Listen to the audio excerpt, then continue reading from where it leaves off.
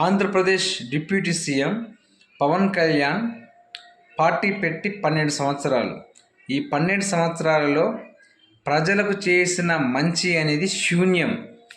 అతడు రాజకీయాలలో కేవలం ఇప్పటికీ మనుగడ సాధిస్తున్నంటే కేవలం పొత్తులు ప్లస్ సినీ స్టార్గా అతడికి వచ్చిన ఇమేజ్, దానితో పాటు తన యొక్క సొంత వర్గం, తన యొక్క సొంత కులానికి సంబంధించిన వర్గం, ఈ 3 పాయింట్స్ తోటే అతడు తన రాజకీయాలలో మనుగడ సాధిస్తున్నాడు.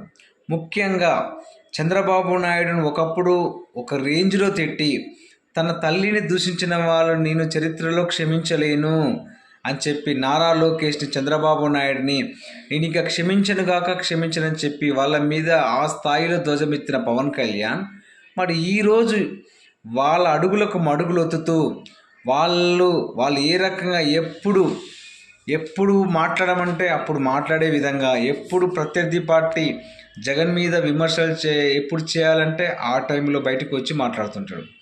అంటే కేవలం చంద్రబాబు నాయుడు ఇచ్చే స్క్రిప్ట్ మేరకే అతడు తన యొక్క రాజకీయాల్లో మనుగడ సాధిస్తున్నాడు. బట్ దానికి ప్యారలల్గా తన పార్టీని ఏ రకంగా ఇంకా ముందుకు తీసుకెళ్లాలనే విషయంలో ఒక కొత్త సిద్ధాంతాన్ని ఎంచుకుంటాడు అనమాట. చంద్రబాబు నాయుడు ఫాలో అవుతున్న 40 years సిద్ధాంతం ఏంటంటే కుట్రలు, కుతంత్రాలు, అబద్ధాలు, మోసాలు, వెన్నుపోట్లు, విష ప్రచారాలు చేయడం, తన సొంత మీడియాతోటి ప్రత్యర్థి పార్టీల మీద విషం జిమ్మడం, ప్రజలకు అబద్ధపు హామీలు ఇవ్వడం, తీరా గెలిచిన తర్వాత మోసం చేయడం, ఇవన్నీ చంద్రబాబు నాయుడుకి వెన్నతో పెట్టిన విద్య.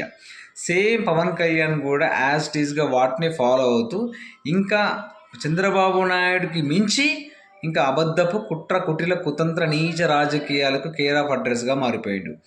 మాట్లాడే ప్రతి మాటలో డొల్లతనం తప్పిస్తే సబ్జెక్టు మీద ఏమాత్రం కూడా అవగాహన ఉండదు. ఒక సబ్జెక్టు తెలియదు.